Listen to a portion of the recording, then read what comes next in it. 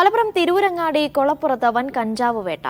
ലോറിയിൽ എത്തിച്ച 110 കിലോ കഞ്ചാവ് പിടികൂടി. പാലക്കാട് സ്വദേശികളായ 2 പേർ അറസ്റ്റിൽ. സ്റ്റേറ്റ് എക്സൈസ് എൻഫോഴ്സ്മെന്റ് സ്ക്വാഡാണ് കഞ്ചാവ് കണ്ടെത്തിയത്. ദേശീയപാത നവീകരണ പ്രവർത്തനങ്ങളുടെ ഭാഗമായി നിർമ്മാണം നടന്നുകൊണ്ടിരിക്കുന്ന പാലത്തിന് താഴെ നിന്നാണ് കഞ്ചാവ് കണ്ടെത്തിയത്. നാഷണൽ പെർമിറ്റ് ലോറിയിൽ കടത്താൻ ശ്രമിച്ച 110 കിലോയോളം വരുന്ന കഞ്ചാവ് സ്റ്റേറ്റ് എക്സൈസ് എൻഫോഴ്സ്മെന്റ് സ്ക്വാഡിലെ ഉദ്യോഗസ്ഥരും തിരൂരങ്ങാടി എക്സൈസ് സംഘവും ചേർന്ന് പിടികൂടി. ഹൈവേയിലെ ഈ അണ്ടർപാസേജിൽ വെച്ചിട്ട് ഈ നാഷണൽ പെർമിറ്റ് ലോറിയിൽ കടത്തിക്കൊണ്ടുവന്ന 110 കിലോയോളം കഞ്ചാവുമായിട്ട് 2 പേരെ പിടികൂടിയിട്ടുള്ളത്. പാലക്കാട് മേലാർകോട് സ്വദേശികളായ മനാഫ്, കുമാരൻ എന്നിവരെയാണ് ഇപ്പോൾ നമ്മൾ കസ്റ്റഡിയിലെടുത്തിട്ടുള്ളത്. 49 പാക്കറ്റുകളിലായിട്ടാണ് ഈ കഞ്ചാവ് ലോറിയുടെ മുകളിലായിട്ട് സൂക്ഷിച്ചിരുന്നത്. സംഭവത്തിൽ പാലക്കാട് മേലാർകോട് സ്വദേശികളായ മനാഫ്, കുമാരൻ എന്നിവരെ അറസ്റ്റ് ചെയ്തു.